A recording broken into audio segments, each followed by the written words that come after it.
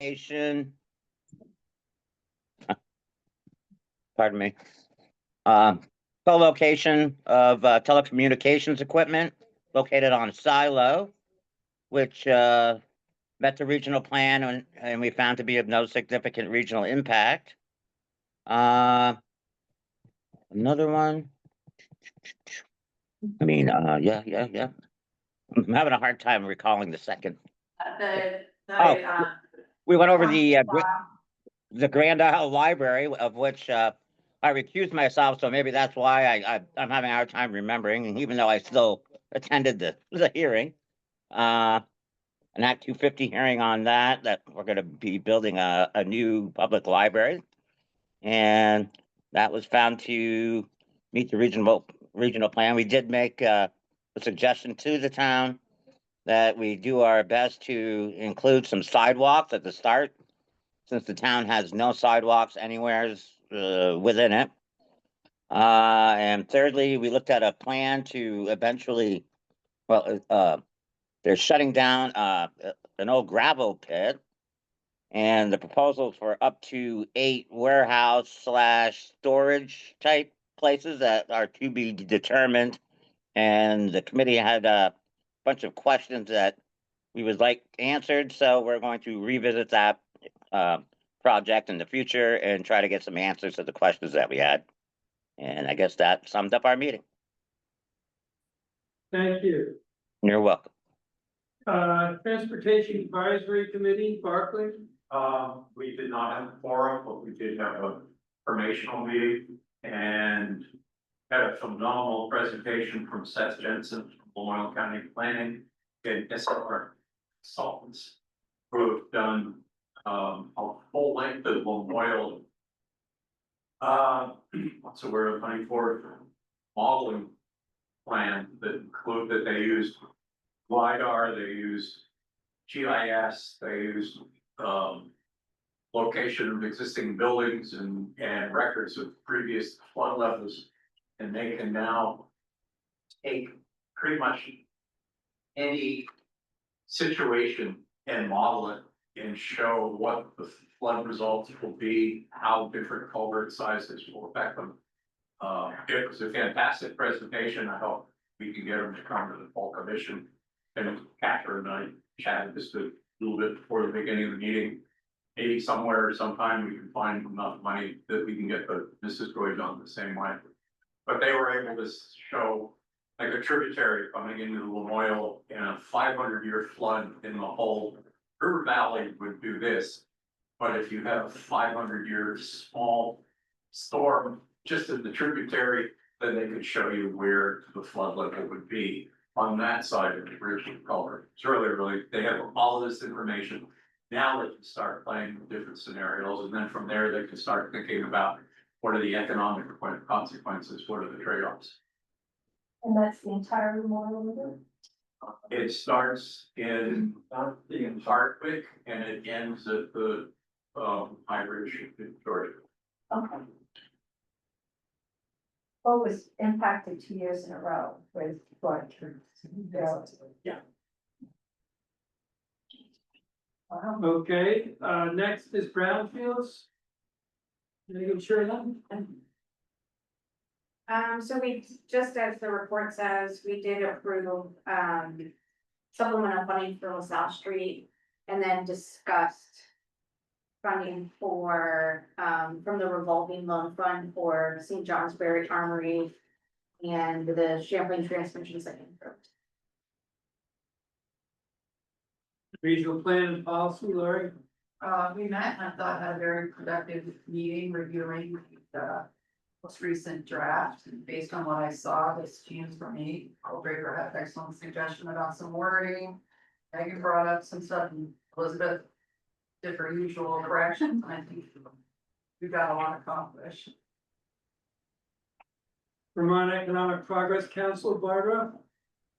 In the packet, it spoke to there being a meeting, which is actually tomorrow, so I will not be able to be at it, but it will be discussing the CHIP program and will be taped, as well as there is a Zoom link if anyone wants to search it out through the VEPC website. and look in. I know folks had interest in the CHIP program, so. Thank you. Green Mountain Transit, Bob, Catherine? Fine. We continued discussion of the transfer of service from Green Mountain Transit to rural community transportation and the impacts on the Franklin and Grand Island County service and opportunities related to that. We also began discussions about the next round of service adjustments that would need to happen in the urban areas related to budget challenges that will be future years out. They're not as bad as originally thought, which was good. Meaning that they're delayed, there's still will be budget challenges, but they're a year out instead of next year. So there's a little breathing space for the urban changes. Healthy Roots I guess Advisory. I throw in one piece that actually started as something. Yes, our regions. Transportation needs with the RCT and BMT to really develop a plan. Specifics that need to be done to do the transfer and way things are going, we may be able to start it 6 months earlier, which is good news. I think. Gets people used to it faster, get staff transfer faster. To move ahead. Okay, Healthy Roots Advisory Committee, Marietta. We met September 2nd into the agenda items. First was the admin position. So that has been sold to Whitson Culinary Group, and our chair of the committee actually worked for the admin group. So we lost our chair, who works there. And we also lost the great farm to school part. We are going to approach the Whitson Culinary Group to see if they have interest in part of Healthy Roots, and also we gave some thought to other groups that are good partners. There's also some question around the lease agreement for Healthy Roots warehouse, and that's going to be flushed out. That's also have a follow up. And the second main agenda item was we have the Northwest Vermont road website, and this is the second concern that's come to us in a year. And this was regarding somebody that visited Paul's Orchard, and there was a Confederate flag there, and they were very concerned. So we talked a little bit about that and responsibility. We do have an inclusion statement. We talked about potentially putting a disclaimer on the website guide, and our views may not necessarily represent those on the website guide. And we're also seeking a legal opinion from CBO.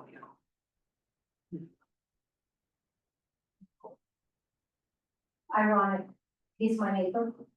And we just had a discussion about that flag just before I got the cards out there. Asking how his business is doing, it's down the last 2 years. COVID were his best years. And we had the conversation that that is not a good symbol to have. I had that conversation with his partner 2 years ago privately. And then it was face to face, neighbor to neighbor. Cause he sells some of my product there. And he can still have his rebel feelings or identity. But if he wants to attract an inclusive, green paying customers, you have to be more careful of how you display things. So I feel I gave him a lot to think about. And so I'm assuming he's a provider, a vendor for Healthy Roots. He's on the website. He's actually in draft right now, so it's not visible. Yeah. It's in the guide from last year. And it's been a guide since before we built the groups and trust me.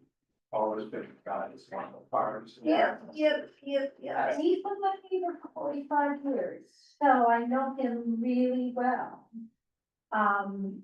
But it's just ironic that I had that conversation with him, and it resonated. I think it'll take another conversation. But the fact that his business is down, and even worse because of the recognition or the piece that, you know, he had people all over the country calling him, but they're not buying at his stand. He was on CAX too, Yeah, as a super senior. with the flag and his Oh, Rowdy believe me, I know, and his t-shirt. yeah, well, you know, and he doesn't have a cell phone, he doesn't have a website and all that. Really leaning into a niche market there, I guess. But he likes money. He likes to sell his apples for retail and not for deer bait or cider. So I think it may take, if you allow me to continue the conversation with him to try to get that down. I think it takes a neighbor to neighbor conversation, complimenting him about what he offers. But, and he was never a good marketer. He has never understood how to market things. I think there was some fear there. People going, is this gonna be a safe place to go? Are we welcome here? Like that, understanding simple. And it's tough not to go down political rabbit holes with him, but so I kind of bring him back up. And I think it's gonna take a couple more conversations. I'm so glad I heard your comments. I certainly won't single out healthy roots, but I can be generic in mentioning it's not having a positive, reflection. Well, he's in these marketing tools and, it's, people have come to us concerned because they think, okay, you're promoting this is a good place to go and say it's endorsed. We now have to take a step back, say, we are not necessarily agreeing with this. But independent of this individual situation, it sounds like you still need a policy around this topic, right? Yeah. Like there's somewhere else. You know, we discussed, you know, where do you draw the line? Is it the Nazi flag? You know, all that. So we'll see what the legal. Can I ask you a follow-up question? Sure. Or a second question, completely different, only because I am on the school board of our unified district, and we're, of the 3 school districts in our county, we're the only ones with the Abbey group. And the other 2 happen to have, staff, cafeteria staff. Of the school districts that your vendors or your organization works with, how many are independent, yet have their own cafeteria staff? And how many have, Abbey group? It's never all over the state. I don't know any of those type of details. I do know, that when the Whitson Group had an acquisition of Fresh Cafe, which was the Wyndham Southeast Supervisory Union, that did not go well. They didn't meet the agreed upon local food purchasing, so that agreement ended. So I think there is concern as to whether or not Whitson will fulfill. And again, we found out that our independent staff is cheaper than the folks. So, just as an FYI, but it would be great to, have more local lunch staff now that it's not ran by a company that's centered here in Franklin County. Definitely concerned. But it'd be nice to know those numbers. Yeah, I can ask Christine. Yeah. I mean, your superintendents can come up with that answer pretty quickly. We also talked about potentially engaging with a school representative as part of the committee on all this, because with 3 more slots.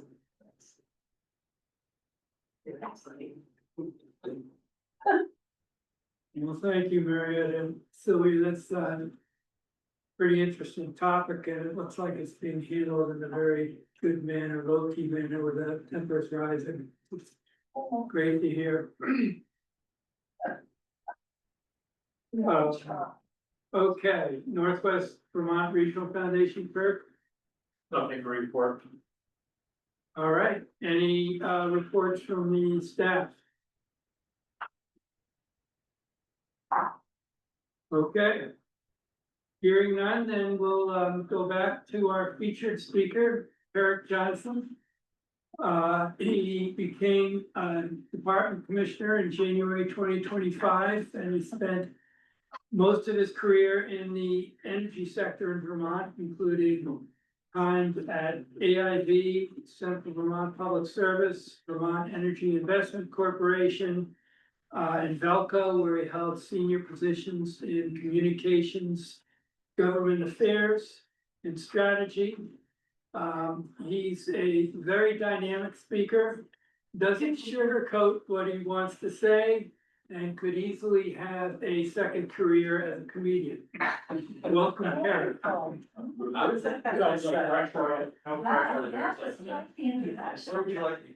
Wherever you want to be. This is right. Somewhere up here for Okay, okay.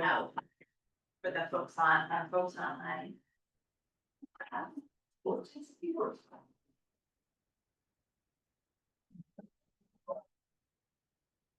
That may be among the most. Not supposed to say most of you are very unique, but that was a unique introduction. Thank you, Greg. Peter and I go back, Catherine and I go back a ways, so it's a pleasure to be here. Let's get right to it, if we may, please. My understanding is that there was at least, at a minimum, 4 topics to get to, as well as whatever policy, like what am I up to, what am I bringing, what's my agenda in this particular. As Peter said, I've been there going on 9 months now. I had worked with 7 commissioners previously, so I had no illusions about kind of the nature of the job, so I don't have that as an excuse. I will tell you that I am incredibly fortunate and grateful for the staff that work in the Department of Public Service. They're incredibly talented, my judgment underpaid, very selfless, and very committed. So you should know you have a team of about 67 people. Whose job it is to represent ratepayer interests on matters of energy and telecommunications, water, private water systems, and wastewater. Although candidly, I don't know what the heck we do with wastewater. Nothing has come up so far. Why not you? So a couple of things I guess I would say. Let's go through the things you wanted, or I was given that you wanted to talk about first, and I'll get the stuff that I'm on. 1, federal changes and the impact on it. The federal changes coming from the Trump administration to the budget of the Department of Public Service, the programs that the legislature, this administration support, have been significantly impacted. Well, most namely, a program called Solar for All, about 62 million. And essentially that's largely put on ice. I'm not sure if anything will move forward. Right now, it's in the midst of litigation.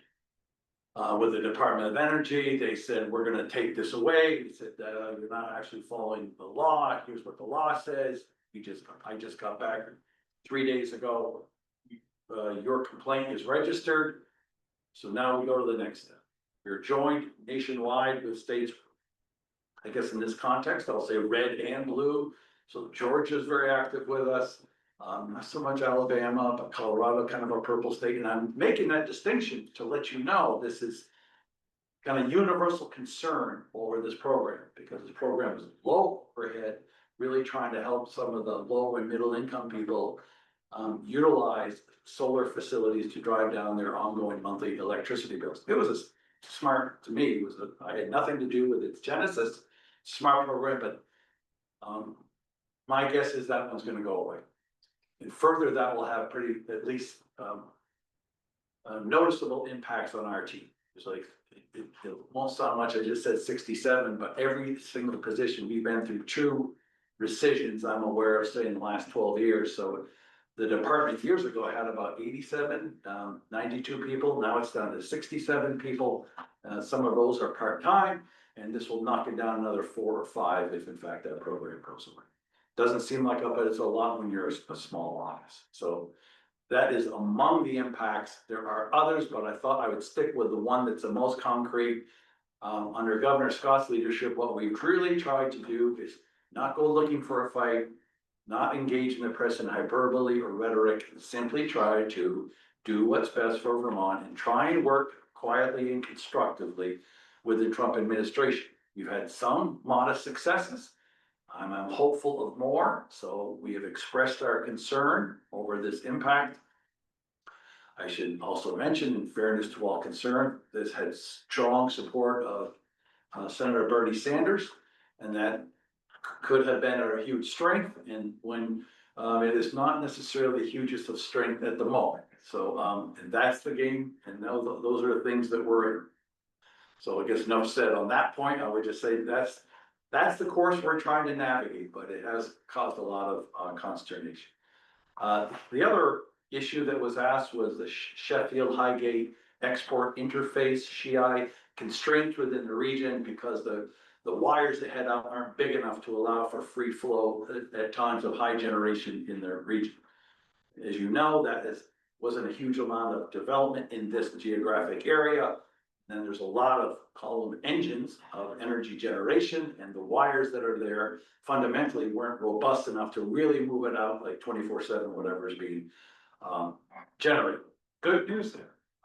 My expectation, my judgment, that will largely be addressed by no later than this summer. There's two major things that are going on.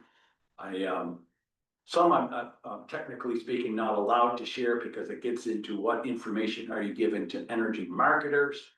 I want to honor that, but the point is there are solutions meaningful solutions on the way that I think would raise the ceiling such for anything that we've had up there that even wanted to be located, say in the last 8 to 10 years. So that's really good. It's been way too long, but that's a good solution. And again, just trying to think if there's anything else I can say about it. Good news is coming.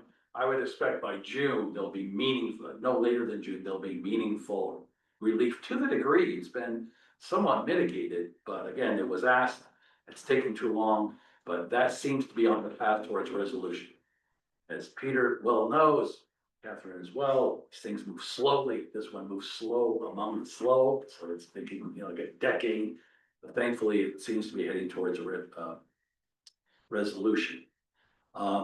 Then lastly, what I had was at least, and I'll spend a bit more time in here, but 15 minutes or so. I'll try to measure up. Go for it. Okay, so DPS initiatives, the things that I'm trying to bring toward her. Let me start with this, with affordability. It's an issue, and you've heard it from our governor certainly for years. But there are some data points that let you know how real energy affordability and the nature of this challenge and what's happening. And I would add, this is something that's nationwide. If you go to national conferences, there's really three things that are highlighted. One is affordability. Two is grid resilience in the face of more frequent, more extreme, and thus more costly weather due to climate change. Thirdly is adequate power supply, where we're going to get it. And fourth is cybersecurity. There's just been a step change in the number of cyber attacks. And I apologize for being late. Earlier this morning, I gave a presentation to the Governor's Emergency Preparedness Advisory Council on communications and threats to our communications infrastructure in the state of Vermont. And I knew some stuff, but doing the homework for that assignment is sobering. So I would say this was not on my agenda. It now is on a much more concentrated way. Two things I'll share with you. This is one of the things I'll share. It's not like you can do much with it, so I apologize. It just might make you worry, but I think you should know. It is now a given. Well, I was almost said major food groups, all the major organizations, all the three-letter FBI, CIA, NSA, Department of Defense, Department of Homeland Security, they know there are the various software attacks aimed at our grid, at our water systems, at our municipal government systems. Some of those have been successful. And there was 4 major, starting with Verizon, T-Mobile, Comcast, the major communication platforms we know were compromised. Then there was additional 200 companies in 25, and now there's been a new launch. Essentially what happens is we think those officials that ostensibly know it's in some places, they think it's contained, but they're not sure. So they're operating premises that they're here, they penetrate, they burrow, and then they wait for whatever moment they deem, to their choosing. So, I mean, this is not hyperbole. This is what they're very matter of fact. So I, of course, we say, well, what are you doing about this? So we encrypt wherever we can, same things with your passwords. Organized crime is in on the act. That has seen a 68% jump just in the last 18 months. So that's where you get the ransomware attacks. That's mostly organized crime. That's not nation state actors. So my point is, for me, this is kind of a late breaking priority. So it's top of mind, having just done the presentation and met with that group. So we all have to be mindful of that. Okay, enough on that. Now, here's the things I was prepared to talk about. One is, I think, my predecessor, what I know Peter knows, was a wonderful woman named June Tierney. Excellent job, a friend, a dear friend. And she was in the position for 8 years. And what happens in that in my judgment and in my observation, things can get comfortable. June handled a lot, COVID, many things that were happening under her watch, incredibly successful broadband build out, which is still underway. But there's also things at least I would do a bit differently. And one is, I think the regulatory relationship with those we regulate got a little bit lackadaisical, I would say. We have a job to do. And I think in some cases, there's a term regulatory capture. I think we weren't necessarily being as hard as we needed to be. And in some cases, I don't think the respect was being paid. And by that, I mean filings on time. Get to understand an explanation of your homework. Why are you charging this much money? As I mentioned, there's been a 30% rise in disconnects due to an inability to pay for Vermonters. Arrearages are up. In fact, arrearages have almost doubled. We're up to $700 now, the average arrearage bill for people who are still making some payment, but they can't catch up. And the amount they need to catch up has substantially jumped. Anecdotally, talking to a new leader of the Central Vermont Economic Opportunity Organization called Capstone, there's a new leader there. And she shared anecdotally that there's a place where they have such budget cuts that they have people who they furlough for 3 months of the year. So it's kind of like teachers, if you like that, but they've agreed to do this where they're off for 3 months of the summer, they come back in September. What's happened now is they're coming back in September to people, essentially, the vision admin line is you open the door and there's people already, you're coming in the back door, open your front door, put out the open sign, and there's a line there. And people are coming in because they're behind on cooling bills, hotter, where people use air conditioning, and they get behind now in the summer. That never used to happen. Heating bills, they used to get behind. Now they're getting behind on cooling bills, and that has never happened. These are thousands. Now it's one example, so I don't have great empirical data statewide, but that's a concern. These are indicators that this is a problem. So for our department, what we've sought to do is what can we do for, if you think of your bill and the components of the bill, what can we do for those certain things? We reestablish and have a bit of a regulatory relationship reset, and that's underway. Most of the utilities that regulate are fine. Some are not. And some are in trouble. And you'll be reading more about that coming up. I mean, big trouble. It's a complicated business running an electric utility right now. More so than it used to be. Cyber, as we were just talking about. There's a lot of challenge. So in addressing the various components of the bill, one is energy. One of the biggest components is just buying energy to sell to you to use. And what's happening in Vermont, it's funny. I argued for one of the previous careers that Peter mentioned for retail choice. So customers would have the ability to choose who was supplying their power. And I was on the team that lost that argument. And we stayed. Vermont is the only state within New England, New York that doesn't allow retail choice. So we're like education in that where you live determines who your electric utility is. That's the model we have. We're the only one in New England still does that. But I have to tell you, that has given us great advantages when we agree. When there's stakeholder alignment, when we say, here's what we want to do, we can move faster than anyone in the nation. We really can. And we can do it more efficiently, really, than anyone in the nation. when we disagree and do this stuff, we can be among the most costly. New England is a costly region for electricity. We just are. Don't burn dirt, don't burn coal, Even with hydro, even with Hydro-Quebec. Hydro-Quebec, the deal we have then, it's about 22% of our energy supply. It's a good deal, but it's not a great deal. They're savvy business. So the deal that was worked kind of came with essentially with a price column. Can't go above a certain amount in a given time frame, and it can't go below. There's an annual true up for it. So that's a good deal. I've been around long enough to see, love Hydro-Quebec, we hate Hydro-Quebec, love Hydro-Quebec, and so it's kind of gone back and forth. It's amazing that they're still sued them. I mean, we've tested that relationship. But even with that, since it's 20%, the other sources that comprise New England don't have a sufficient natural gas. There's thousands, it's 8,000 megawatts and counting. Vermont's about, the entire load at peak is about 1,000 megawatts. So 8 Vermont's worth of engines of generation is already retired.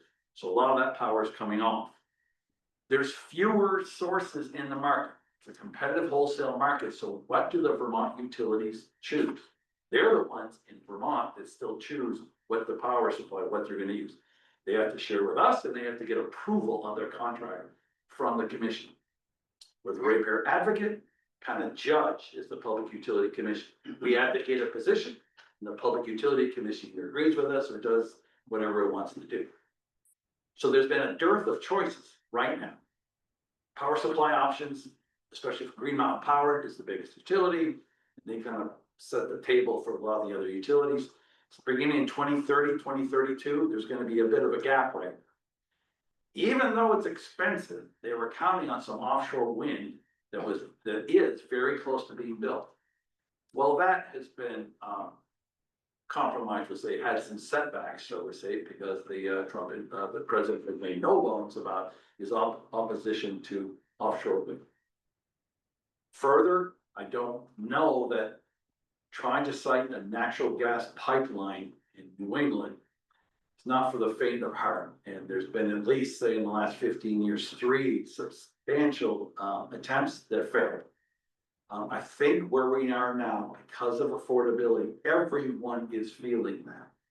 Our department, my team did an estimate, we're looking at a 25% rate increase by 2030. Rates are high, and they're gonna get higher. And that doesn't even account for costs that it doesn't account for some of the costs we know, but we can't quantify. So we're just trying to get that base. So again, what can we do? Power supply. Can we help create options? I look at part of my role is to excite, collaborate, innovate, and get additional options from utilities considered. So working closely with New York, working closely with Hydro-Quebec, the province of Quebec as well, working with the in-state utilities to help. And I did a great guy who works for the team, TJ Poor. We had outreach from the Maine Public Utility Commission, and we connected them with our utilities, and we'll see if there's terrestrial wind at scale that we can connect. The challenge is nothing is cheap. And the challenge is because of an explosion in load growth driven by AI, thus the need for data centers, thus the need for energy for those data centers, everyone's trying to look for energy at the same time. So waiting list for, even if you want a natural gas, for the equipment you need to turn that into, they have the equipment to turn into electrons, turn electricity, 5 to 7 year wait. High voltage converter stuff that takes what is DC and makes it AC, thing you need for big, bad scale. That could be as much as 8 years. They're building new plants. There's nothing fast. So we're trying to develop options in collaboration with our utilities and the governor and the other New England governors. So there'll be should be some news coming on that. So it really bites that the offshore wind's being taken off the table, but it is what it is. Okay, so let's try and get that restarted. What other options can we do? Honestly, can we do small modular reactors, new advanced nuclear? People have a different view on that. For me, I'm gonna go and advocate and allow the legislature, administration, the Public Utility Commission, you will all decide. My job is to create options. That's the way I look at it. So you might not want that. I'm gonna go see if we can find out, and you tell them now. And once we get the cost, benefit cost analysis. There's also now, as much as I said it'd be difficult to do natural gas, there is now reinvigorated talk about a natural gas pipeline again. Because here's where there's strong support from the Trump administration. And bluntly, the deal that was worked out in New York was, we'll give you your offshore wind if you promote the natural gas pipeline. There's a lot of talking stuff, but in the end, that's what's happened. Is that gonna be replicated in New England? Don't know. The idea in service of creating options that ultimately will drive down wholesale energy costs, that's what we're doing. Natural gas is coming from where? Well, there's two places it can come from. Vermont right now, Brick gets it from Alberta, comes over and comes down from Canada. So you could say, can we expand there, maybe put an engine? The only way I could see that happen, that the value proposition would be something for, we'd have even, that Vermont would have I think any likelihood of really supporting would have to help some kind of industrial processing where you'd say, the heat from generation, we're gonna use it this way. And then there's have to be like 4 or 5, like a stack of values in order to make that happen. Now, there's nothing on the table, there is no proposal, but that would be the profile of something that's going to happen. So you could bring it down, or essentially, you could bring it up. There is a pipeline that has been wanted to expand through New York into Connecticut, and then if there was a green light, up into New England. We'll see. It's a big lift. But I think, candidly, the political pressure, given what's happening to rates the month and what's in people's monthly bills, is leading people to reconsider all options, in my judgment. I mean, that's what I think. So, again, affordability is something, and it's gonna become more of a challenge. So when you hear this upcoming legislative session, you're gonna hear talk about, there's a report that's coming that we just did a filing on, how do we lower the burden on low and middle income people? There's a report the legislature asked on energy as we move forward. Our contribution, that we had quite an extensive filing, but one of the things we said, I just want to let you know where I'm coming from, was we gotta help the most vulnerable. I'll get to my priority there, but when you hurt the people that are just above, so they don't quite qualify for that, but they're the ones that have to pay more, because some of these strategies they're talking about is we'll have a low income subsidy rate leveled on other electricity customers. Well, you have to be mindful that you're just not exacerbating, you're just doing a do loop where you're just hurting a different set of people, putting them in the same boat. So this is not easy, but that is an issue. So from our approach, from our department representing ratepayers, the issue of affordability, the issue having gotten this from me is a very big. Secondly, in addition to going after power supply options and trying to craft a reasonable approach to take care of the most vulnerable, at least able to pay, is we have to get more out of the system that we have, and we can do that, but there is technology now that can be deployed, cost-effectively deployed, that can help get more out of the system we've got. And some of that, honestly, having worked for utilities for 16 years, some of it is cultural. You have to change, does not, the utilities that we have are exactly what we built for, right? You have stability, dependable, reliable. That's what they are. They're not gonna, right? They're not trendy. So there's so many strengths, but urging them to adopt, and we're very blessed to have some very good leadership at utilities, really national leaders. But I think there's still so much, in my judgment, a lot of waste in the existing system we can try and squeeze out. Further, there is abusive utility behavior at the regional level. There's people who are taking money out of our pockets that they shouldn't be. Those are New England transmission owners that have been abusing. One of the first things I came in was, I mean, I had some sense of it, but then I saw the numbers, and there's different categories of transmission. Transmission is the high voltage stuff, bigger poles, bigger poles. There is a process, a category where, and all the New England states are joined at the wallet. So Vermont is 4% of the entire New England's load at peak. That's what Vermont's need is. When everyone's hot day, a lot of air conditioning, peak load all over. Vermont needs that's 4% of the total. The agreement that was worked out in 2007 was, okay, since we're all in New England, enjoys its benefits from a reliable transmission grid, we're gonna help pay for each other to make sure it's reliable. So Vermont pays only 4% of the transmission grid necessary costs in Vermont, but it also pays 4% of all 5 other New England states. So that's the deal that was worked out. It's only 4%, but it's 4% of everybody's stuff. So there's different categories of projects, of things that can be built that tap into that ability to socialize those payments. One of the categories was always intended for modest reinforcements, replacing a pole, replacing a substation, doing stuff that was supposed to be, didn't need a lot of review, we're just gonna do this same footprint. That particular category has been abused where massive multi-billion-dollar projects are being attempted to be stuffed through that process with no review and directly into customers' bills. I mean, if I remembered, which I don't at the moment, but that what happens is, right, capital finds where it's going to earn the best investment. That's what it does. So if you have the least risk with the greatest return on investment, guess what? All sorts of capital flew into that category. To such a degree, it was like my second meeting, and they didn't know how I might operate at that time, Peter, and I intend to swear sometimes, and I saw the bill. What are we doing here? Where's the outrage? This is not right. And we excited, and we have, we're just talking about Shiai and the slowness, incredibly at the regional level.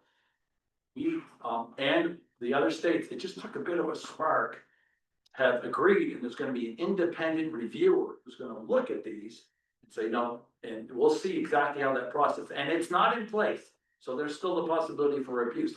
And we didn't catch all of them. But to try and stop that going forward, as we confront this affordability challenge, first we gotta get the waste out, but we also have to stop the abusive behavior of these people. All the 6, my counterparts from all 6 New England states are united. And we have the regional grid operator who's united on. We just got right up your alley. Quite surprising, the great order from the Federal Energy Regulatory Commission. Like people, we were surprised that that's really supportive of our view, and it kind of surprised people. So we're using that. So that, again, some of the signs are positive. It's can we catch up to the cost curve and try and bend it down? Don't know. Like my law, you know, it is. Right now, the most precious resource is customers' ability to pay. So how do we husband that resource? We try and get more on the grid we have, stop the bad behavior, and build up options. That's probably the big picture. Couple of things I would say is the tools that this department has to represent customers, to make informed decisions quickly, to not overburden utilities we regulate with a whole bunch of requests. The data exchange, the information exchange, is incredibly archaic. I mean, there's much better tools now to exchange information. State government typically, like sometimes local government, right? You're typically behind. You're a little bit, it's hard to get the updated equipment and technology you need to get stuff done. Well, there was a project that was on the books for, there's different views on my team. It's either 6 or 9 years. 6 or 9 years to have a data exchange. Well, that's moving now. And in addition, it would take too long to describe, but there's another utility specific platform where there's going to be transmission, distribution utility, and renewable energy generators, local renewable generators data in one spot. That the department, as a ratepayer, for customers, can go in and get the information we need. Essentially, we would have a portal, a direct pipeline into that platform. That's the kind of stuff we need to improve our decision making. In addition to, I think, more thoughtful methodologies when it comes to benefit cost analysis. It's a more complicated decisions you have to make. How much energy do you import? What's an appropriate balance of in-state renewables? And that's not even counting land use decisions. So that's just in terms of system reliability, overall portfolio, what makes it. So better tools for my peeps, that's important. The only thing, because this relates to that presentation I did on impacts to the communications infrastructure, is extreme weather. I thought I knew, I thought it was 2 weeks, and I'm wrong. The growing season in Vermont has expanded by about, and ask the farmers, check me on this, by at least a month, if not 2 months. The forest canopy is not as healthy as it was. Vermont's what, 88, 92% forested? Utilities have to manage trees. Like, that's one of the biggest jobs they do. And now what you're seeing is blow-ins, right? You have saturated soils, you have longer growing season. So what constitutes a tree that you kind of used to have a sense of, well, this one could fall into the wire. Now you have to expand what's in the danger zone there. That brings more cost. The storm, responding to storms and recovering them, bring greater cost. Vermont now is fourth in the nation for per capita costs due to extreme weather events. We've had 22 events in the last 14 years of declared emergencies. I want to say 11 were over $1 billion. First two numbers I gave you, I know where. So it's serious. Not Franklin County, Washington County, Vermont is one of the worst counties for disasters anywhere in the nation.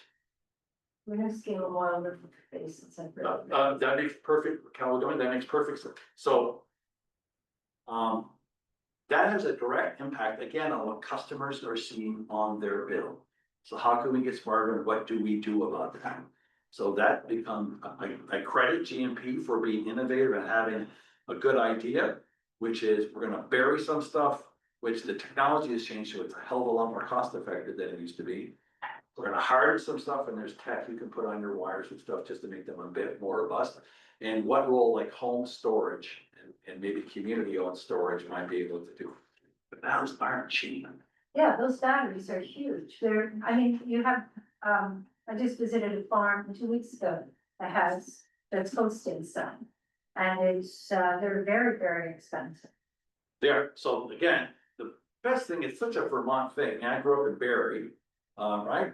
Frugal, resourceful. You try and make do with the stuff you got. We happen to have owned a bakery. I mean, that's what we did. I know how my dad was about everything. So that's the ethos that we're trying to build and trying to instill in our team. Well, I stopped. I hope. And there's other things I could talk about, but I kind of went on. So sorry about that. But take care of the people, give them better tools, address the things on affordability. How do we drive down costs? And especially at a time when I'm trying to find a path, working with Secretary Moore of the Agency of Natural Resources. How can we continue to make progress on climate change in a way that is affordable and how it shows up on your electricity bill? So when you see, and I'm not sure about this next coming legislative session, I'm gonna be hammering that point. I don't think that Vermonters can afford it. And it's not like we're alone in New England or across the nation. Ratepayers, customers across the nation are feeling that pinch. People equally as committed to climate change as us. And I would venture to say virtually every populace in every other state would love to trade places with Vermont on a climate performance basis. We're 1,000 megawatt load, roughly, as I said, we have about 900 megawatts of in-state renewables. There's, I think we're 9th in the nation in EV connectivity. There's great things that we've done. We have to keep moving forward, but we just have to be able to afford it because it will not succeed if we leave those most vulnerable behind. That will lead to protests and problems. Gotta take care of it. And I should have said this, and by taking care of them, I mean weatherization, vermiculite removal, electric panel upgrades, foundational investments for those least able to pay before we do more cold climate heat pumps and the sexy stuff that people like to talk about. Just weatherize people's homes. There are like 80,000 homes that need to be just so people. I have been visiting people's homes, like trying to do one a month. This is something new for our department that's focused on weatherization. And what I've learned from these hardworking teams that go into ugly ass crawl spaces, places that I wouldn't want to go, but did one and it's okay, that's it. They can tell when they're going to a home that someone just retired. Because what happens is they, plastic off the upstairs of their home because they can't afford to heat it, and they move their bed. Or they'll sleep on the couch, if it's a married couple, they'll try and make some, and I've seen them. And that's what's going on, and it's not a dignified way to live. And we have to do better for it, all improve.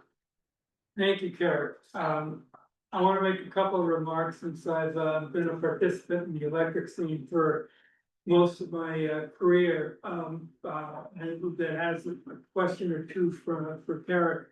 First, as to his concern about the Southern New England transmission owners who are imposing a lot of costs on all of us through transmission upgrades. I heard from two different sources this past week that at a recent regulatory conference, Carrick got up and put those owners right on the spot, big time, and really brought the issue to light. It was a very impressive performance, and this is something that's gone on for a long time.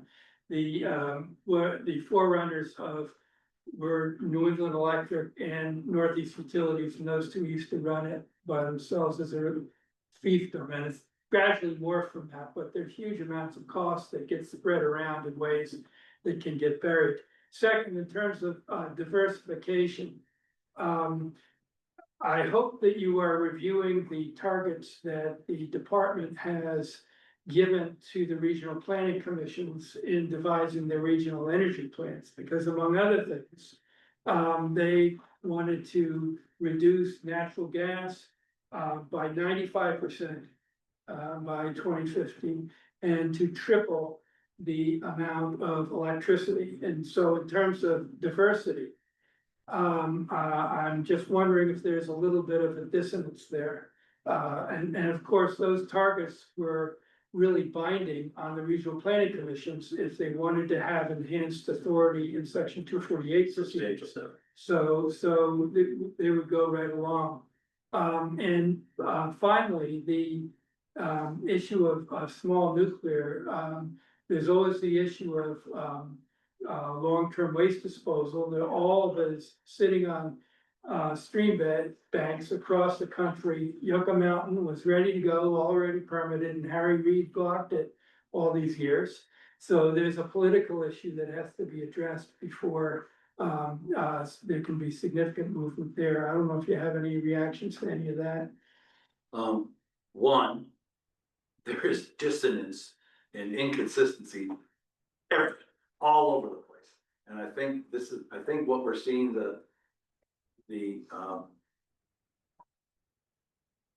I think we're seeing the beginning of a thoughtful re-examination of what actually does make sense and what can we afford.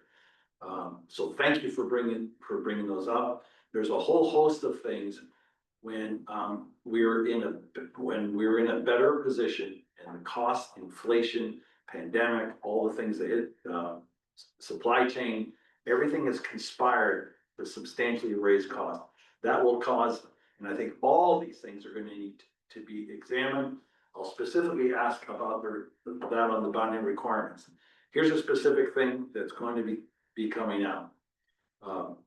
Because since you all are here and Peter and Kath are here, I have to give a little nugget of other stuff that no one else, it's not widely known. There'll be some kind of order, either it's going to be executive order or some announcement.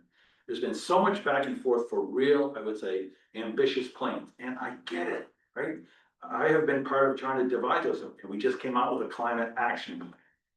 Problem with what I see as a weakness, and there's lots of good work, but the challenge for the climate action plan was, although there's priorities, there were so many priorities, when you have 25 priorities, you kind of don't have priorities. What we're seeking to do is to say, here's the budget, here's the things we can do, and in this time frame. This is between the Agency of Natural Resources, Public Service Department, Agency of Transportation. We're simply going to say, we have to put together something that says, here's the initiative, here's the time frame, and here's the cost. And and here's what it gets us in terms of climate impact. That kind of exercise where you put it all together and actually have an implementation plan, which all of the folks who are involved, don't just check me on this. Ask other people, your other contacts with regards to the climate action plan, and just We don't have an implementation, how we would actually implement and how we would pay for it. That's what I think is next. That's gonna beg the question on, what do we put on RPCs, for instance, to ensure they have substantial depth, so that's right. Two, I just can't, I will tell you, at the conference that Peter's talking about, what happened, I'm on a panel, there's like 300, 400 people, including representatives of all 7 transmission motors, including the offending ones, were right there in the audience. We're on a panel on asset condition, this problem. Why is it a panel at this conference? Because it's a problem.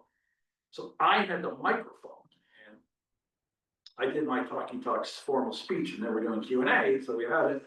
And someone asked a question of the panelist. He said, it was smart. They put up a nice guy for Avant-Grid, and so he's a nice guy. You don't really want to hit him, but he was saying nice things. So we'll get along, and you know what? We will not move forward on any project if there's still questions.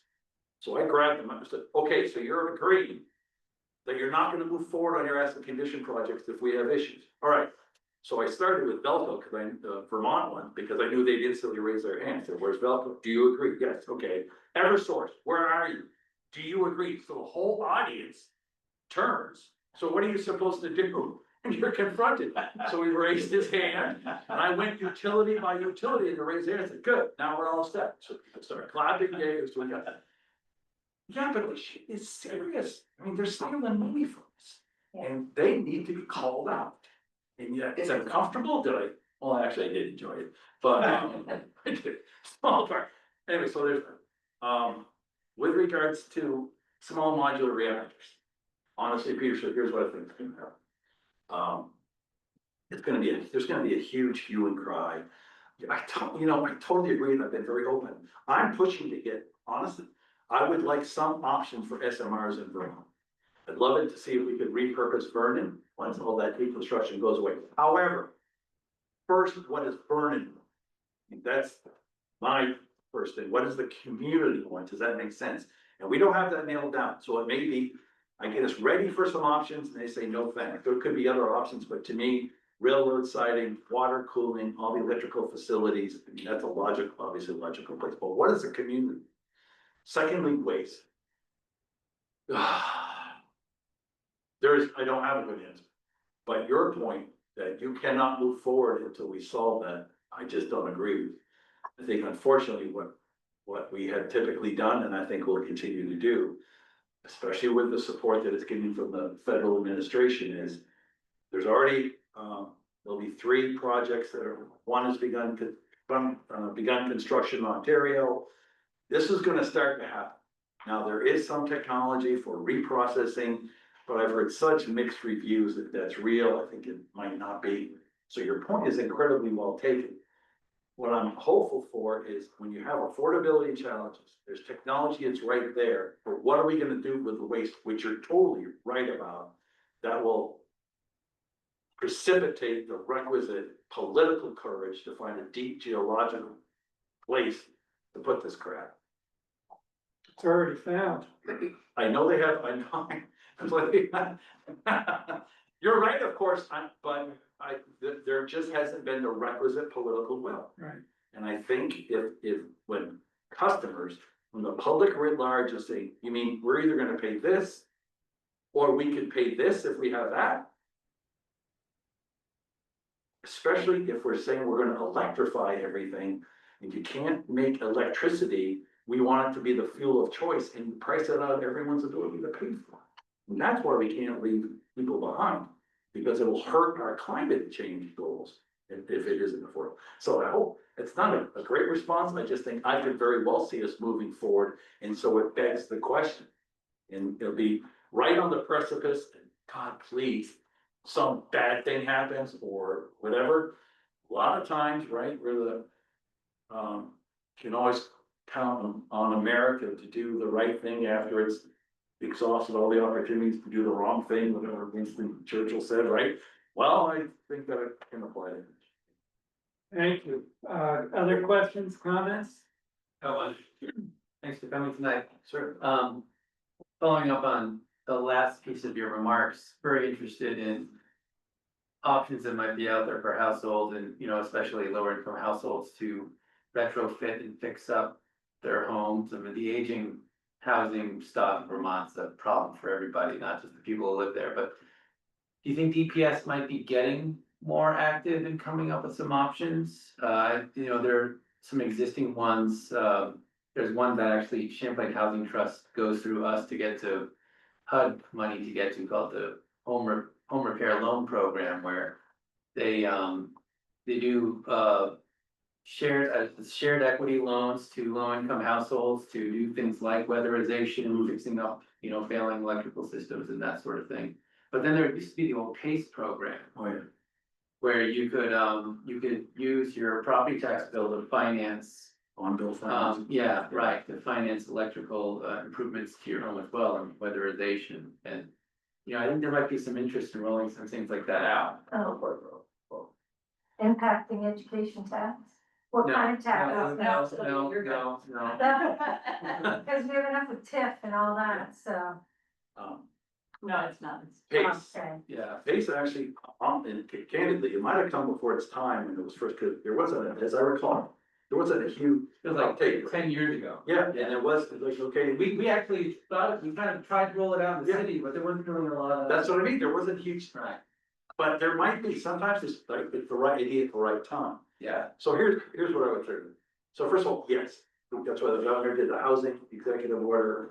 And here's another thing, that housing, again, that's a national, Vermont's not alone. I don't know how acute it is relative to our surrounding state, but it's an issue.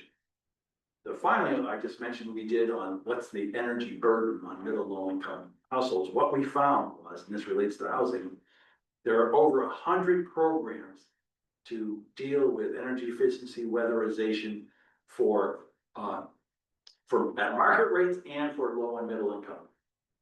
Over 100. And I asked my team, did you know there was like 100? No. Now 49 of those, in fairness, are from Efficiency Vermont. I'm not sure. I mean, I was gonna say, I'm not sure they do. That's not fair, because I think they did. But the problem is there's such a mishmash. I don't think you're gonna like the answer, but here's what the honest answer is, I think. We have so many programs that have accreted over time, especially in Vermont, where at certain times the legislature sought to get around the Republican governor. I don't think it was vice versa. I think primarily it was that was the dynamic, honestly. So you have these things that are a little bit odd and stuck over here, and there's so many VHFA. I know all these languages and programs exist. Could I like diagram them? I cannot. I think there's gonna need to be some reconciling. What's oversubscribed? What do we know is effective? Which ones are, like, there's some programs which have millions of dollars and they've gone unspent. yeah. So we just advocated, look at all these inventory programs, which we don't think anyone had ever done this before. Maybe, but no one's contradicted me. Can we please take a step back and review these and decide, okay, we're gonna do these 4. In the meantime, though, what we're proposing is, it's so arcane and Byzantine, I'm trying to choose my words here. There's a very successful, it's called the Regional Greenhouse Gas Initiative. You create allowances, you put a price tag on the allowances, they ratchet those down and they sell them. And Vermont, when this market was first created, Vermont got a really good deal. They really negotiated that well. So we have a great number of allowances and it produces money, and it's been producing more money than had been budgeted. What we're proposing is take a portion of those dollars and put it towards those people who are the most effective, that have the workforce and the capacity to deliver weatherization. What do they lack? The thing I love about these weatherization folks is they're so realistic, they're so honest. Don't give us too much. Here's how much we can use and effectively use, otherwise we won't be able to grow that fast. That's the kind of attitude in team that I think we need to reward and scale them sustainably while we do this review of what makes sense. If we can free up through weatherization, vermiculite, you know what vermiculite is? It was the, okay, just want to be, not to be condescending, I just didn't know. I didn't miss this. It's the same kind of shit. Yeah. Little gray things, and that was the insulator of choice. There's a whole thing. If we can free up and clean up that housing, that will unlock, right? We're in such a, was it 80,000? Whatever it is, we're behind on housing.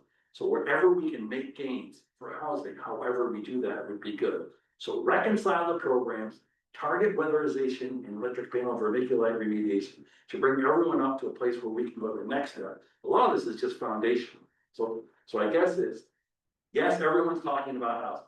I think there's some good ideas, and I think there's ideas maybe not so good that you might not support. They're talking about suspending, for instance, the energy code. It's not the latest version. Stick with the one that the industry knows. And people have different views on it, honestly, and fair enough. But those are the kind of decisions I think will be made tactically. And then the strategy of reconciling, understanding what we can afford as a state. But all these things, there's got to be, I think, I'm not naive as to the fiefdoms that are, I've navigated through them. But I think, again, the no one's arguing that there's a challenge. I've heard anyone say, no, it's fine. We may disagree on the solutions, and that's fair, but no one is saying, okay, because sometimes you have people that even disagree on the problem. I think we have absolute concurrence on the problem. It's what's the strategy to improve the situation. Housing is definitely part of that. I'm concentrating our limited firepower and capacity on weatherization. That's where I'm. You good? Other questions or comments?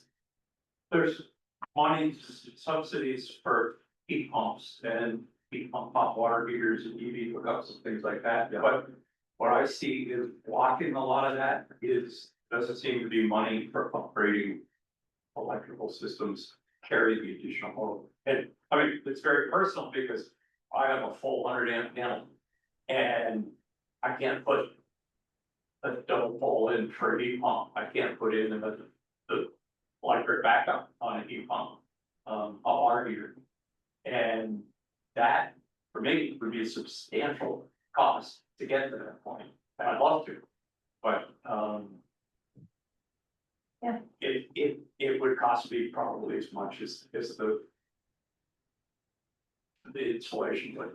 I know exactly what you're talking about because our number three, we have 4 sons, and our son bought a derelict dairy farm in Thompson. It's right on 302. It's through beautiful. But he has the exact same problem, so he can't do. And he's just, he's got a great job, working remotely mostly. And he uses Starlink for it because he doesn't have fire connectivity or cable connectivity. There's other things he'd like to do, but it's Washington Electric Co-op. Yeah, well, exactly. Sorry, Louis. But he's right there.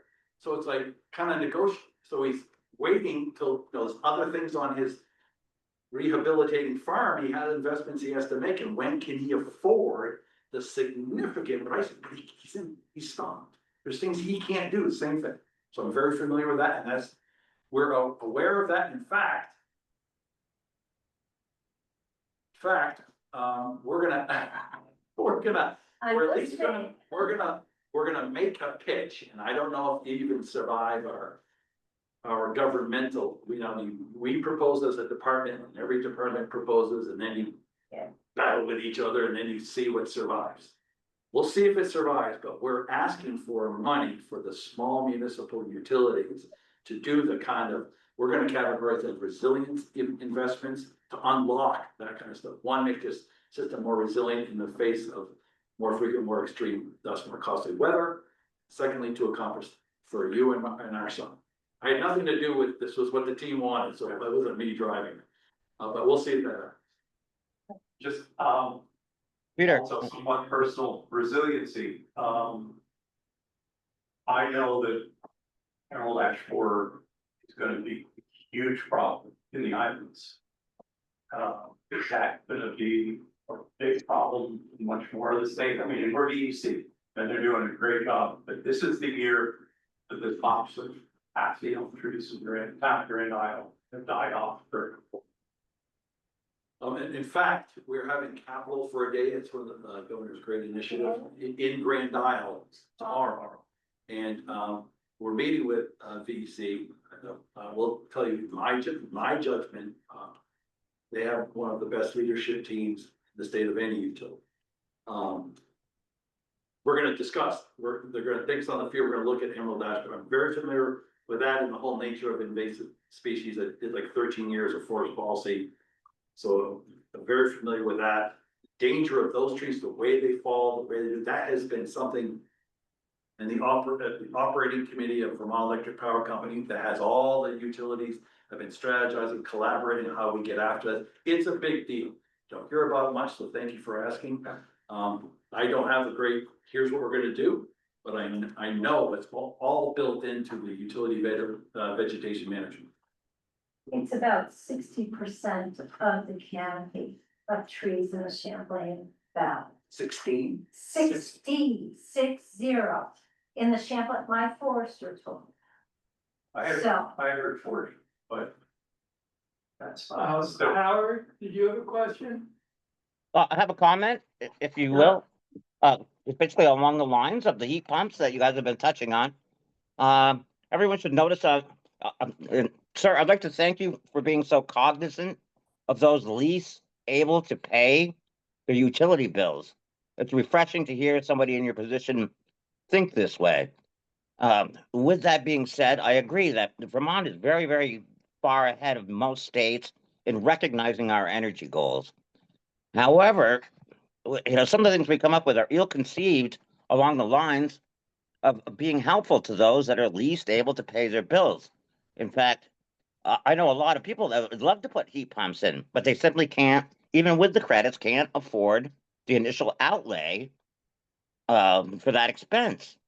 Well, regardless of that, we all pay extra for our utility bills to subsidize other people that can afford it, putting the heat pumps in, directly affecting those least able to pay their electric bill already. And I sometimes wonder if our state has any cognizance, such as you do, sir, to what they do sometimes to these people. It's a harsh thing. But thank you for being for recognizing, what the cause and effect of a lot of these programs can be. Howard, thank you very much. You might not like what I'm gonna say next, but I wanna be upfront with you. What we have now found, and we're completing the analysis, the value of cold climate heat pumps, the assumption that went in and how they save customers money and why, has been proven to not always be the case. Oh, I agree Absolutely. entirely. Okay, well then, love and affection to you, that we're good. I take your point, it's kind of where do you draw the circle, so who's subsidizing who, right? If you go in an existing service territory, Vermont Electric Coal. And the whole issue, and please, dear God, don't ask me, because I won't be able to, but rate design. And it sounds like you're pretty sad, you have a sense of this, I mean, it's painful and it's complicated. But here again, just 2 days or 3 days ago, you love this. One of the commissioners, Riley Allen, who has been in love with rate design for the last 20 years. There is kind of a surprise to us is we're doing another thing on rate design. So I think, Howard, the opportunity to take a look anew at rate design and look at exactly the things you're talking about, and I have a mixed view, an ambivalent view towards cold climate heat pumps. I guess I'm just looking for acknowledgement, which you seem to have. They're not Oh, I always, certainly do. yeah, they're not always gonna make sense, but again, don't waste, and we have to be more nuanced. There's gonna have to be a bit more thought that goes into. It isn't black and it isn't white, it isn't that simple. Any of these solutions, I know that's a tough message, people don't like that, they wanna just be able to do this, and that's the good thing, and the other thing is the bad thing. Those days are freaking over. I mean, we're gonna have to understand it, so I hope this rate design might get at. Well, it's gonna be another look at this, that we'll see what we can do, but just. Let me just say, it'll be painful, it'll be slow, and it'll be. And I have no idea exactly what I don't, because this kind of surprised us, I'm not sure. What they're seeking to do, but clearly rate design to account for. Some of the things we're talking about, I'm hoping it's to re-examine what had been the premises. Of a bunch of components that now comprise a ratepayers bill, we'll see. Thank you.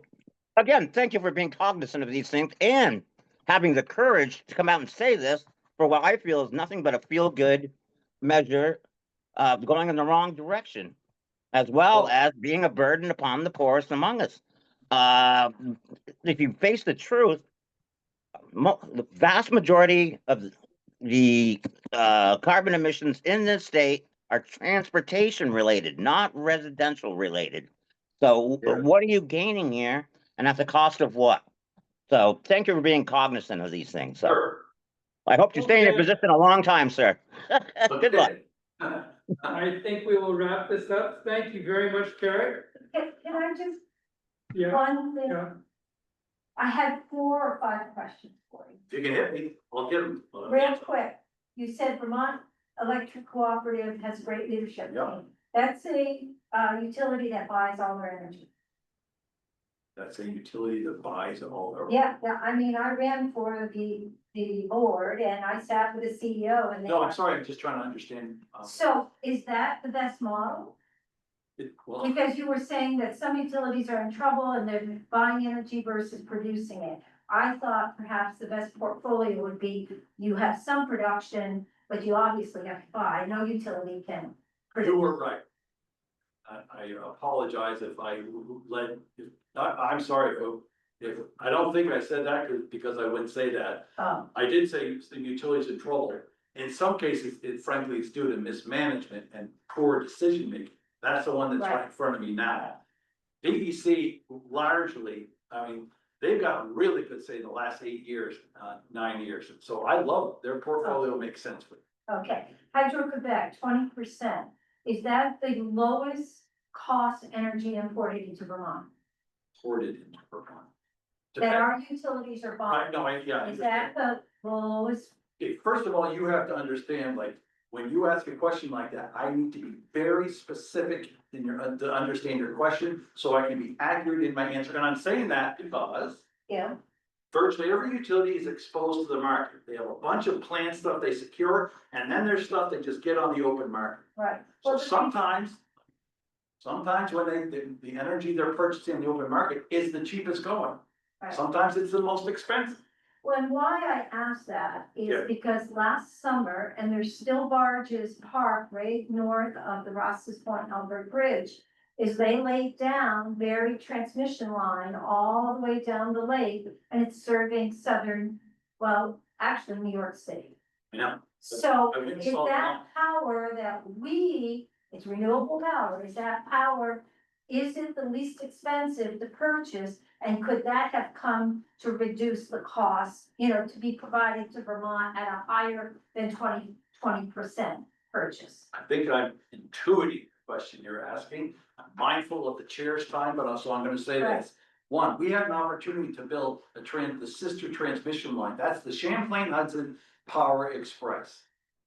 That goes down Lake Champlain, Yeah. Hudson, Harlem River, right Yeah. into Queens. That's right. We had proposed in 2014, I worked on this project, to build a transmission line down Lake Champlain and take a right near Orwell, go to Cavendish Ludlow, the Coolidge substation, and get into the regional grid there, 1,000 megawatts. However, Vermont said yes and permitted. What happened is it lost the competition at the regional level, mostly from Massachusetts and then from Connecticut. That project is still very much alive. The question is, just so you know, there's 2 things going on. One, it's a more populist attitude in the province of Quebec. The politics has evolved. There's once in a generation collaboration among the New England states. Now in this Orwellian twist, we need to finally get our act together. And it's Quebec that's saying, we're not sure if we want to sell it. Secondly, it's not entirely assured that they'll have the capacity to be able to sell. That's a 1,200 megawatt line. That's Champlain Hudson Power Express. That's the line you're talking about. Yeah. There's an additional line being built right now in Maine called the New England Clean Energy Connect, another 1,000 megawatts.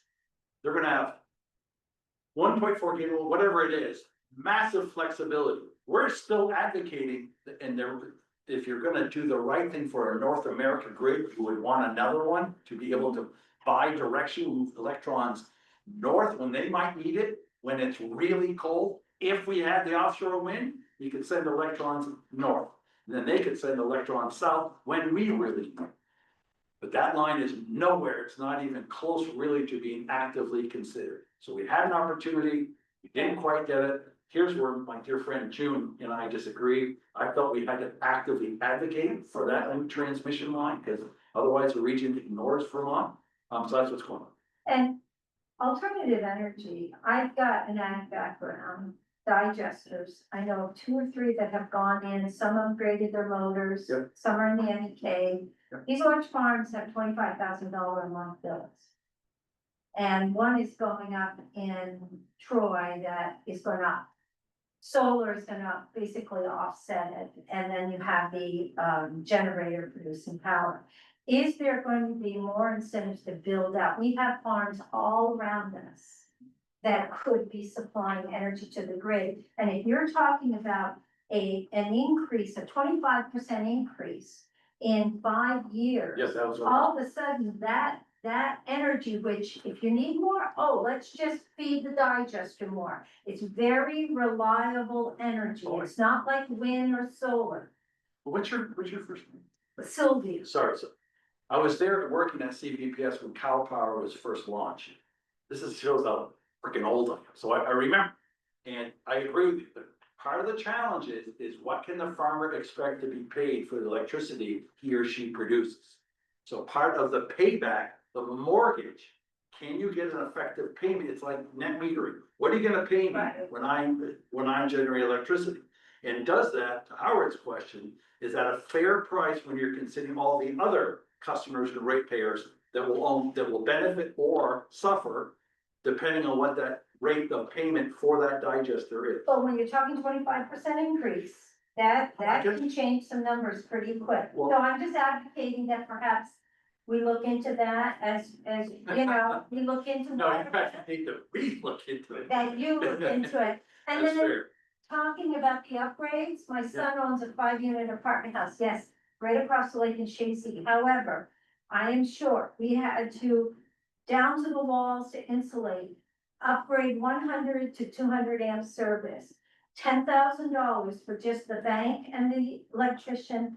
And then, oh, by the way, we have to put in a utility pole with a guide wire, another $7,000. Makes no sense that it costs that much. Trying to do the right thing, trying to make it energy efficient. This is not a high rent district. These are folks that, you know, you could transplant that right here in Vermont. So how do you, to Barclay's point, how do you bring those costs down? How do you subsidize those costs so that people can make those changes? Agreed, but we all just need to recognize that the costs are gonna come out of somebody's wallet. If you want less to come out of your wallet, you are de facto saying a lot more of the cost for my son's ability for his apartment to make more money at his apartment house. Someone else has to help pay for that infrastructure investment. Yeah, but That's does it what- make sense for I- $7,000 to put a utility pole? I'm telling you, the reality is, everyone thinks their case makes sense. And I am sympathetic, obviously, myself. Yeah. We need to bring this to a close. I know it, but I mean, So, Okay. he's just a perfect person to ask these questions. yeah, that's good. I don't know. But I'm all done, that was it, I got 4 questions and that's it. Okay, let's move on to the last substantive item. Thank you. Yeah. Yeah. So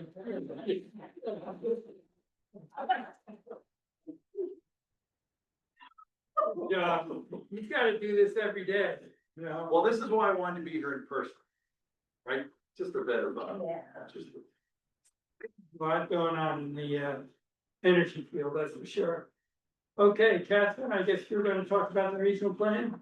Where do you want it? Or open, Laura. do you want me to open or? We have at our last meeting, we made, some other suggested revisions to the plan so that it was in a position, it was in a, in a form that we could recommend that the, plan be submitted to draft land, be submitted to the land use review board for preliminary review. We had agreed on 3 or 4 or 5 sort of changes, some clarification, but to me, like, those were made from what I can see. I don't know if anybody on the committee has had a chance to look and does anybody, Elizabeth, does Nicole see anything of changes that we talked about that were not addressed or anything? I just want to start with the committee first. No? I think from my perspective, the changes that we requested were made. Okay, and this is not the final, there can still be changes going forward, so we want to keep this process moving. Did anybody? So the most of the changes that were significant were made to the land use section and the introduction. And then there were some changes throughout the plan, updating dates, some data and rearranging.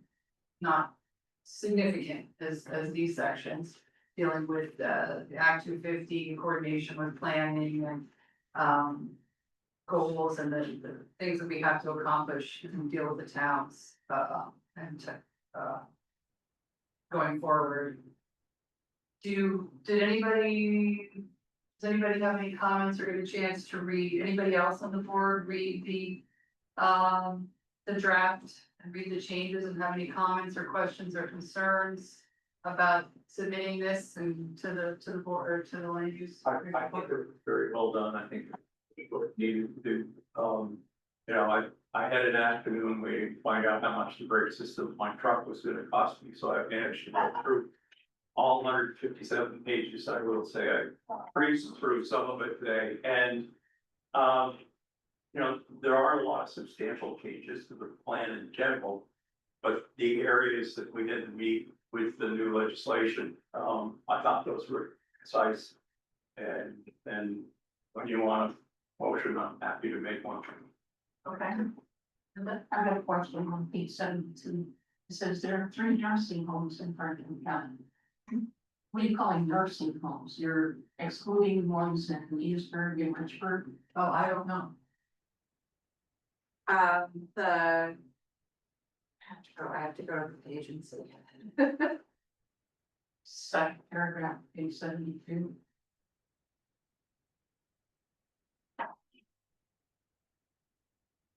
Yes, there's a nursing home and then there are the residential care homes and the Edithsburg and Franklin one are in the residential care home.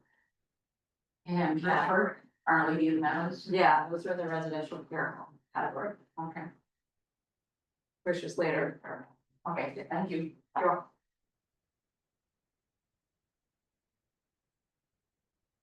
Other comments or questions for Catherine? Yeah, so I had read it a couple of times. Not all at one time. But I attended a select board meeting in Georgia earlier this week, where this was a topic of discussion. And there was disagreement between the select board of Georgia and I would say the current NRPC plan on where the line should be drawn for those areas in town that were eligible for the, I get the letters and numbers wrong, but the one for the 2 designation. So I guess my question is, how easy, if we submit this as a draft, how easy will it be to modify those lines if Georgia and the Northwest Regional Planning Commission come to agreement on where those lines should be?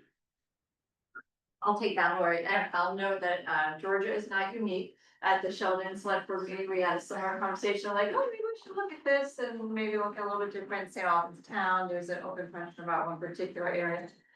So Georgia is not unique. The quick answer is, it's going to be easy for us to change the plan. So this phase that we're at right now is the very first submission to Land Use Review Board. It's our opportunity to say to them, here's our draft plan, tell us any problems that you see that will get in the way of you approving it. It is not our plan that will go before you to vote. As a result of recommendations from the Land Use Review Board and continued comments we continue to get from municipalities or other interest groups, there's going to be changes between this draft and the final draft. And the ease of that is going to be up to you as the board and as the regional plan committee. If you're if the planning committee supports it and the board supports it, then the change can be made. Okay, then I can support moving it forward, I just want to make sure we still. Yeah, I think that's a really good clarifying question, because with this new process, the adoption process for the regional plan is a 6-month process, minimum. If the calendar lines up correctly, it's a 6-month process. So there's a long time, and understanding like where the changes can stop and where they can continue is gonna be, really important to understand. After this is submitted to the LURB, they'll give us their comments, we'll take these additional open questions and any new comments we get, create an entirely new draft that will be available for the January board meeting. That will be the draft where we as staff will be looking to the board to say, okay, this is it. We're not gonna change it anymore, we can warn our vote, which will have to be March, because the calendar doesn't give us 30 days to February meeting. So, that's the plan, so we have until the January board meeting, the close of the January board meeting. To make more minutes. Thank you, very, very helpful.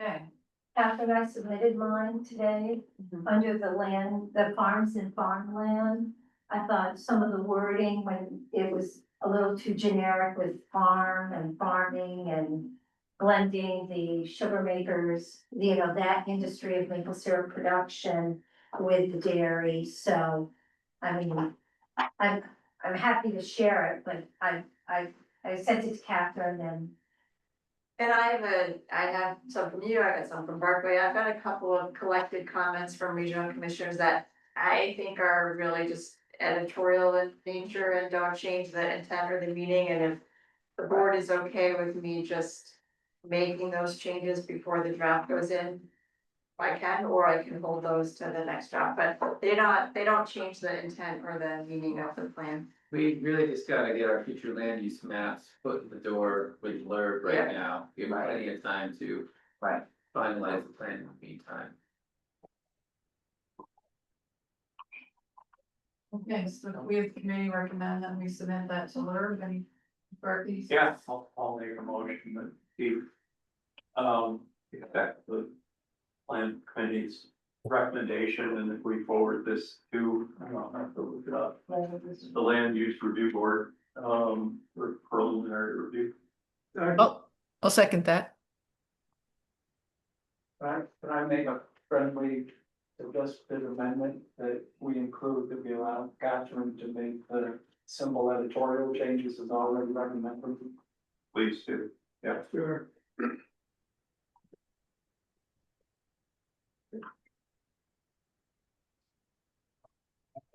Barb, was that you second? It was, yes, I'm sorry, I seconded that. And you accept? Absolutely. Okay. All those in favor? Hi. Aye. Aye. Opposed? wonderful, congratulations. Good work. Yeah, Thank you. Yeah, good work. We got a lot of comments from all of you, it's wonderful. Yeah. And I think we should recognize a lot of staff work that made it, especially the new method of outreach that I'm guessing Catherine had a big part in It was a developing. joint effort, it was, Joint effort. we have a great team working on it. Cause I had talked to people about, we hold a public hearing and people can show up. And I was talking to a neighbor about what the staff had gone through to try and get out and get comments from as many people as possible. And I think it's a great model for the future. And all the select board meetings have been great, so we're currently meeting with all the select boards to decide whether to opt into tier 1B, which is the Act 250 jurisdiction change, and of the 17 eligible communities, 12 have voted yes. 5 are in process of decision making and nobody's declined. Wow. So. Good, positive work. That's good work, for communities to really care about encouraging them. Awesome. Okay, the last item is, commissioner announcements. We have any? I'm not commissioner, but can I make an announcement? I think so. All right, so Greta Brunswick, our senior planner, I am pleased to announce, was given the Vermont Professional Planner of the Year award by the Vermont Press Association. We're very excited to see, I recognize and Peter wrote a wonderful letter of support, and there is an event tomorrow, starting at 4 at the 14 Star. After with her award, and if anybody's interested in attending, let me know, I'm not sure all details, but we'll do something in the newsletter this month now that it's gonna be public, and really good for the recognition, that she just works. Yeah. Oh, and she's been with us how long? One Yeah. It's been a Yeah. as long as I can remember. She started as a temporary one-year employee when she was thinking about going to grad school, in between times, and then. I remember when we hired her, right, long time. I know Peter kind of had a hook with Eric, but are there any other commissioners that we might invite up, visit with us in similar manner? That was really, really informative. Yeah, I think we might have That a might name be with. an avenue to explore. We could probably get the commissioner of, Department of Housing and Community Affairs, or maybe the deputy secretary of the agency who lives kind of locally. So, yeah, we can keep working on that. One thing we also talked about in the executive committee is to assure that commissioners know what's going on at the staff level, and also to recognize the work of the staff, to once in a while have a staff member make a presentation to the board as to what they do. And when they're able to ask them questions. At least I'm still fairly new, but I would really appreciate learning more of what people are doing and how well they're doing their jobs. And we've got the governor and his crew are, as our guest said, is visiting Grand Isle County tomorrow. And Kathy, you said there are a lot that aren't public. Well, he just described at one of the meetings you can attend, that he's going to be meeting with a crew from Vermont Electric Co-op that manages, and actually he's our fire chief also, the fellow who's the foreman for them. So so there's a lot on the agenda. It's on the website, but it's up and down, visiting 4 out of the 5 towns. So that's really nice, and it's got the cabinet working all over the county, so we're anxious and excited to. You gonna go? Yes. Oh. I plan on attending probably the cabinet meeting to just listen. I've never been, I've never seen, it's always kind of quiet, and then obviously the business roundtable where people are nice. But, yeah. So, I'm meeting with the how would you housing want- commissioner. I'm meeting with the housing commissioner, it's reviewing the project we're doing in South Hero for wastewater. Good. Looking forward to that. Oh, I saw that in here, yes. Excellent, yeah, it's really diverse. So, and 2 schools, because under current Act 73, if we don't merge our schools in one school district, they are not large enough to qualify and will close. We are in a somewhat crisis situation in the county. We all know how important our elementary schools are. But our numbers, South Hero, Grand Isle, don't, if they form a district, is not enough students to meet that threshold, we need to be out the whole county. And find a supervisory union that will take us. They won't recognize our supervisory union. So we're in a bit of a crisis mode in Esbrook. So we're glad the Secretary of Education is going to see 2 out of the 3 schools, but we're also worried about Felicity and what is going, what's the outcome? But we're hopeful. We're very hopeful that it'll be, she'll see that it is successful. Rural schools are successful. Okay, any other commissioner announcements? Elizabeth has her hand up. Oh, I'm sorry, thank you, Elizabeth. I figured out how to raise my hand, so you're all in trouble now. Something that Peter said a minute ago made me think, back when we were like fully remote, for a number of meetings, like 3 commissioners sort of did like a biography. I loved that, although I was very grateful I didn't have to follow Bill Irwin and his impressive resume. So that would be something that I think would be sort of nice to start back up. And if everybody agrees and nods your head, yes, you enjoyed that too, when I ask it to be you, you have to say yes. Because that's why I stopped doing it, because I couldn't get enough commissioners to agree to do it. So Elizabeth just volunteered. So Elizabeth is gonna be one of the panel. Have another commissioner write your biography though. Would be Okay, happy any to other be things? first. What's that? I said I'd be happy to be first as long as I can pick who's second. Okay. All right, any other announcements? If not, we're adjourned. Thank you all very much. Thank you. Thank Good you. night. Thanks, everybody.